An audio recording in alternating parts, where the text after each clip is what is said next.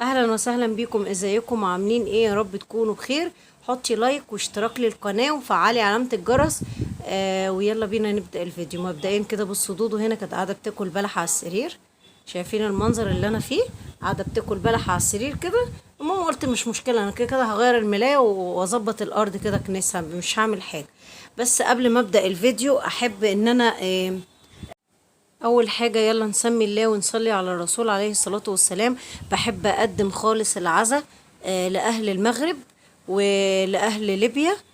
ربنا يرحم يا رب موتاهم ويشفي كل مريض يا رب، ويصبرهم ويعدي المحنة اللي هم فيها دي يا رب على خير. والله يكون في عونهم يا رب، وربنا يرحم موتاهم يا رب ويشفي مرضاهم. ويلا بينا نبدأ الفيديو.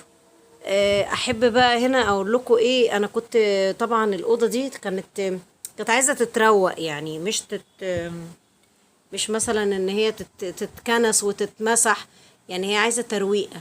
الارض كده كانت عليها فتافيت بسكوت، فانا هكنسها كده كنسه، يعني هلم البيت. عارفين ان انا هلم الاوضه كده، هو كده.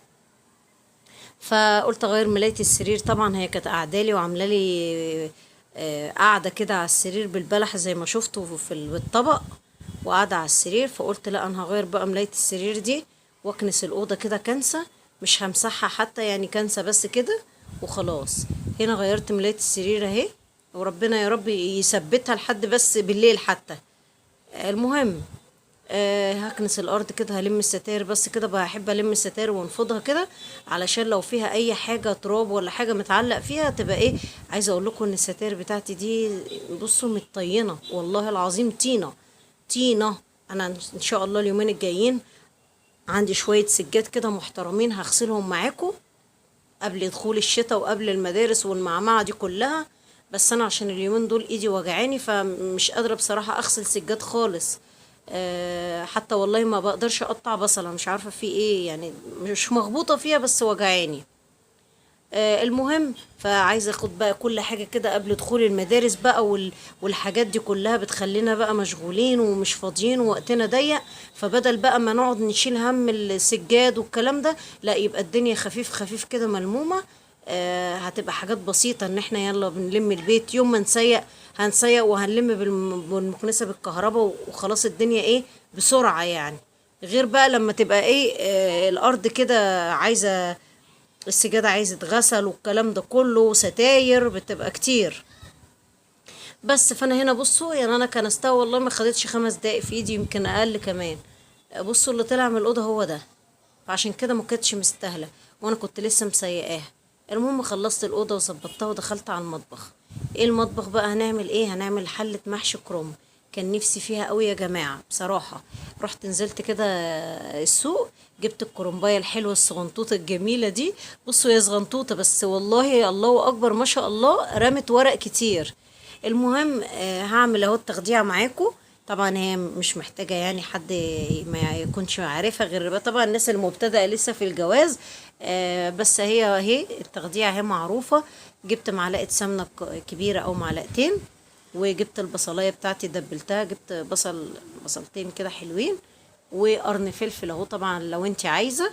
انا حطيت قرن شطة هنا، قلبته كده مع البصلة بيبقى حلو قوي، بيدي تيست حلو.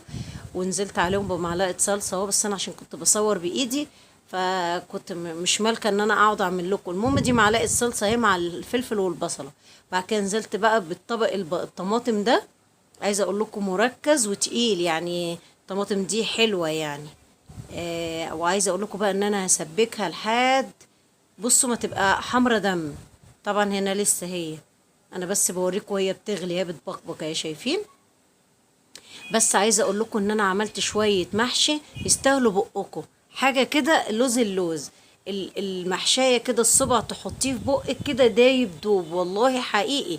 بصوا بقى هنا لما اتسبكت اهي، والله كانت حمرة دم. ده كمان الكاميرا بتفتح، يعني الاضاءه هنا بتفتح معايا. بصوا شايفين، هي برضو كانت احمر من كده برضو. المهم في نفس الحلة اللي فيها البصلة بالتخديعة، عملت ايه؟ حطيت فيها الكرنب كده، اللي هو الحتت اللي هي اللي بتتعمل مخلل دي، العظم ده بتاعه. ورميتها كده في قعر الحلة من تحت، عشان ايه؟ ما تلسعليش المحشي ويبقى ايه بخيره كده. وده رز مغسول ومتصفي اهو من غير ولا نقطة مية. شايفينه نشف ازاي؟ نزلت على الرز هنا، نزلت على الصلصة.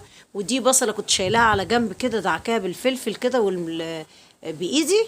ونزلت على برضه التخديعة دي. بتبقى عايزة اقول لكم الحركة دي بتدي ريحة حلوة قوي في المحشي. وادي حتة الورقة اهي، بصوا قد ايه صغنطوطة. والفلفل ده بقى لما تحشوه تاكلوه كده اكل، بصوا حاجة كده جميلة قوي. وادي الخضرة بتاعتي كنت مقطعاها برضو وكده وحطيتها.